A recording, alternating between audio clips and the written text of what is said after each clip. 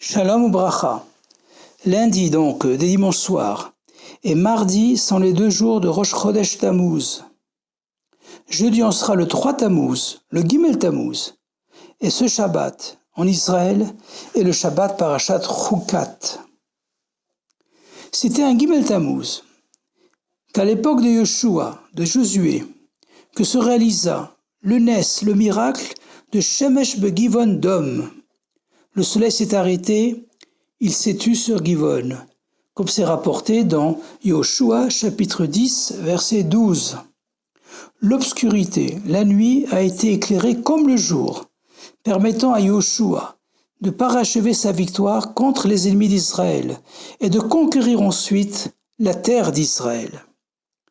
Le Rabbi précise que ce n'est pas que le soleil qui a été immobilisé, mais également toutes les étoiles et toutes les galaxies. Tout s'est arrêté.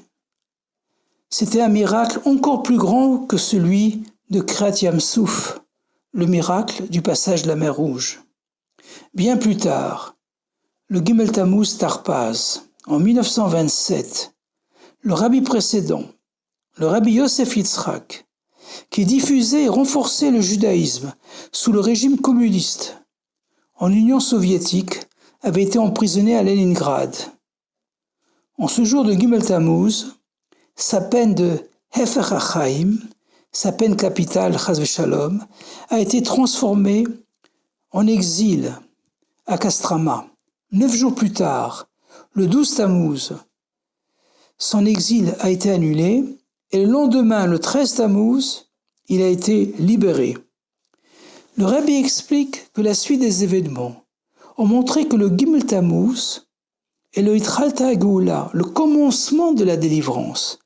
Et de nombreuses fois, dans ses sichot et ses grottes Kodesh, il a désigné ce jour comme Chag HaGeoula, exprimant son étonnement qu'on ne célèbre pas également ce jour, comme rapporté dans l'écouté Sichot, Chelek Dalet, à la page 1315. Chassidim, Aleichem Lachog, Gamet Yom Gimel Tammuz.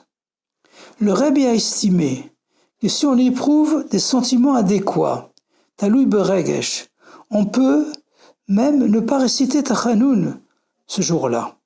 C'était le cas du Mashpia, Rav Mendel Futterfass, et de son propre Mashpia, Rabbi Moshe Zalman Yitzhaki.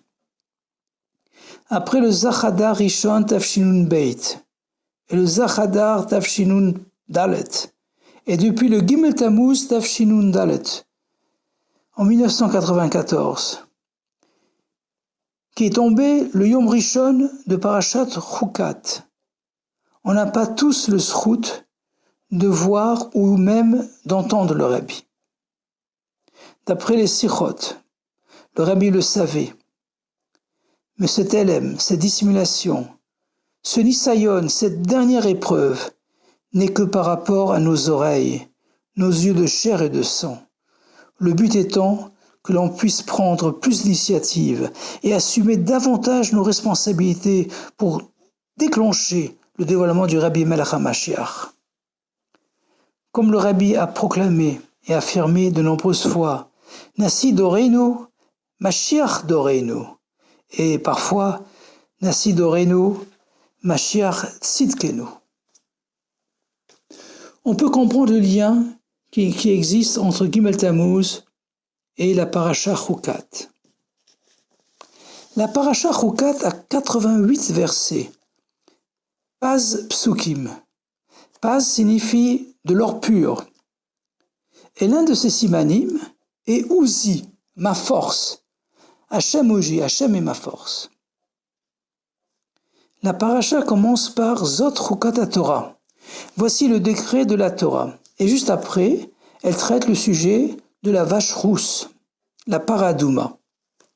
A priori, la Torah aurait dû dire Zot Chukat HaPara, ceci est le décret de la vache rousse. On peut expliquer que la paradouma est le chok par excellence, parmi tous les chukim, parmi tous les décrets de la Torah. Incompréhensible pour Shlomo HaMelech, le roi Salomon, et même pour Moshe Rabbeinu. Une autre explication et que toute la Torah est en fait un chok, un décret. Même les mishpatim, les lois qui nous paraissent naturelles, logiques, rationnelles, en fait transcendent notre intellect. On doit regarder le monde avec des yeux de Torah, en particulier avec des yeux de Torah Tageoula. Le monde existe car la Torah l'affirme. Bereshit bara Elokim et hashamayim vet haaretz. Dieu a créé les cieux et la terre. La neige est blanche car un verset dans Isaïe chapitre 1 verset 18 l'affirme. Imiyu chataïchem kashanim kasheleg yelbinu. Si vos fautes sont rouges comme l'écarlate, ils peuvent devenir blancs comme la neige. On brûlait la vache rousse, le saraf et apara, et ses cendres mélangées à de l'eau, maïm chaim, maïm chaim, étaient utilisées pour purifier ceux qui étaient à Mémet, atteints de l'impureté de la mort.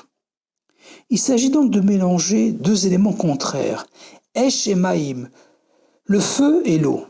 Le feu, Esh, représente l'élan vers le haut, s'élever au-dessus du monde. Le ratso, le feu est chaud.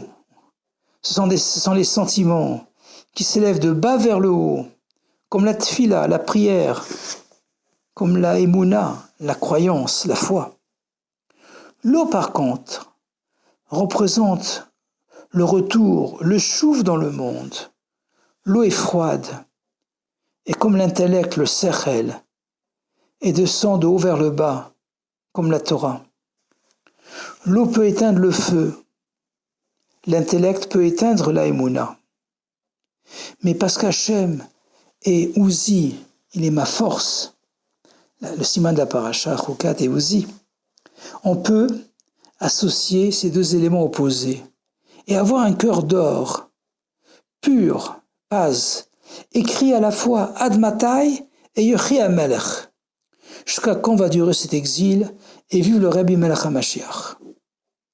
Le mot Chukat vient ensuite du mot Chakika, gravé, que nous méritions, donc que les enseignements et directives du Rabbi, le cerveau et le cœur, moirvelev de notre génération, dernière génération de l'exil et première génération de la délivrance, soient gravés dans notre cerveau et notre cœur, même s'ils sont durs comme un rocher. Car le Rabbi, avec son amour du prochain, son avat Israël exceptionnel, sait comment parler même à un rocher, les daber et la sela. Alors on méritera d'être purifié par la 10e et dernière vache rousse, avec le dévoilement du Rabbi Melech HaMashiach, Miad Mamash, Yechi Adonai Moreinu V'Rabbeinu Melech HaMashiach Ulam Vaed, Chodesh Tov et Shabbat Shalom, Akut Chodesh, Akut Shabbos, et à bientôt dans le 3e Beit HaMikdash.